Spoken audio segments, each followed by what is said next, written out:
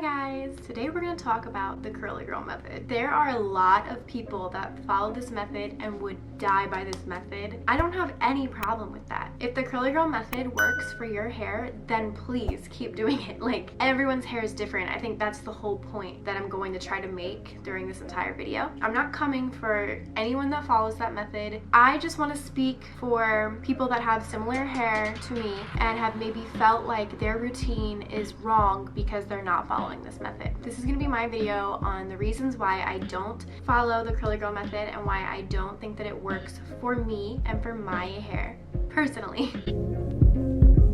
Before we get started, I have had so many comments asking me what products I use for an updated routine or for my routine in general. If you guys don't know, I already have a hair routine. It's from around 6 months ago, and I'm going to make an updated one, but first I want to try out some new products and see what works best for me. I also just recently bleached my hair again, so my hair is a little bit different than it used to be as well, so I need to just figure out the products that I like the best for my hair now, and I will get back to you guys, so stay tuned for an updated video. I am in the process of making one once I try out some new products.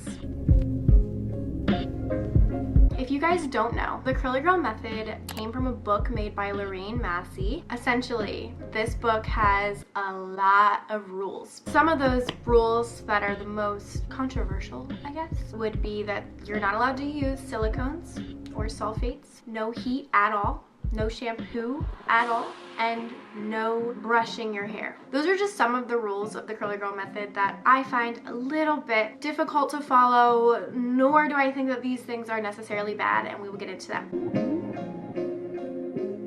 First, let's talk about silicones. I'm here to describe what silicones are because I totally forgot to do that earlier. So silicones are found in a lot of different hair products.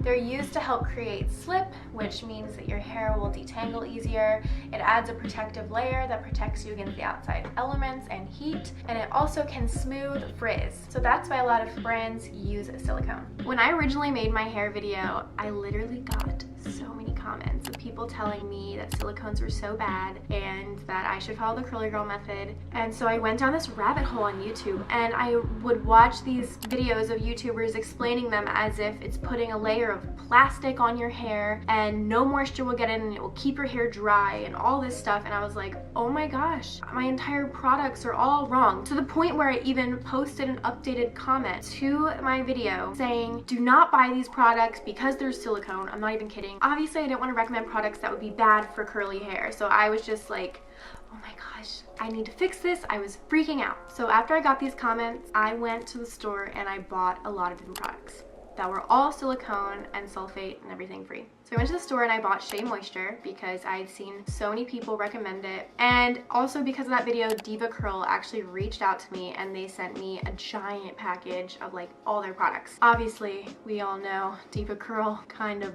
controversial subject now. I tried Shea Moisture and I didn't personally like it, and my hair felt waxy, and I think that was from the shea butter in it. I don't know, you know, it just didn't work well for my hair. I also tried out Diva Curl and I didn't have any major issues from it, but my hair did feel way more dry. My hair was really tangly. I was getting these little things called fairy knots in my hair, and there was zero shine to my hair. So I was like, why is this looking so bad? I just couldn't take it. My hair felt bad. It felt so dry that I felt like it was even breaking off. So that's when I decided that I was gonna continue using the products that worked for me for so many years and got my hair to be as healthy as it is now. So why would I turn my back against them, you know? And then the more I looked into it, the more I would see mixed reviews, and I started thinking as well, I was like, why would all of these amazing name brands use silicones if they were so bad for your hair? Like, why? What is the reason? You know, because that didn't ever make sense to me. And that's when I learned a little bit more about, so there are water-soluble silicones and there are non-water-soluble silicones. Here's a list of the water-solubles, and here's a list of the non-water solubles. If you have a water-soluble silicone, then it will just rinse out of your hair with water only. So those are very easy to break down. But if you have a non-water soluble silicone, such as dimethicone, period, then you have to use a tougher cleansing agent to get that out, such as sulfates. This is when I realized that I also needed to get a clarifying shampoo that did have sulfate. So if I wasn't gonna give up silicone personally, I wanted to at least make sure that I was cleansing my hair of it about once a month. It's me again. I also forgot to describe what sulfates are. So sulfates are a tougher cleansing agent found in many shampoos. They're even found in household cleansers and detergents, so they're really, really tough, but they really do get rid of all the dirt and buildup and anything from your hair. You also get a lot of that lathering effect from sulfate. Now obviously, because it's such a tough cleansing agent, it can be really drying to your hair. So that's why when I use my sulfate clarifying shampoo, I only use it about once a month, and I don't want to overdo it with the sulfates. And so that's what I do now. My hair is perfectly fine. I just used my sulfate cleansing deep cleanse shampoo anyway, and my hair feels and looks great, in my opinion. Now, a lot of the Curly Girl method is against both silicones and sulfates because why have to use them if they make your hair worse? But I just found through my own experience that my hair was worse off without them, and my hair does pretty well with them. So, end of story for me. So one thing that Mains by Mel talked about in her video is this thing called emollients. Silicone is an emollient, which means it seals your hair, it adds a protective layer. A lot of the ingredients from Curly Girl method that are Curly Girl approved, like shea butter, coconut oil, the list goes on, I'll link it below, are also emollients. And the Curly Girl method does not believe in shampoo. Well, the thing is, if you're not using shampoo and getting that stuff off of your scalp and your hair, you're gonna get major buildup anyway. So we should all be using shampoo and clarifying every once in a while. We don't want that stuff building up, and I felt like I could feel my own hair building up when I went silicone free and went with these natural products. They say to use co-washes and these thick emollients and stuff, but you really can't cleanse off those emollients, those shea butters, the coconut oils. You can't get that off of your hair by using more conditioner, because some of these are just cleansing conditioners. You're not gonna get a good scrub. It's like what Mains by Mel said, it's like washing your hands with lotion. You're not gonna get the dirt and the grime and the buildup off. That's my take on that. The no heat thing, I just think it's a little extreme. If you guys watched my hair journey, what got my hair to be healthy was not using heat on it. And so I definitely avoid it, but I don't shy away from it completely. If I want to straighten or curl my hair for a special event, it's not going to ruin my curl pattern. I will be okay. My hair will be fine. And I also will diffuse my hair on medium heat. And again, I think that's okay. Our hair is not that fragile.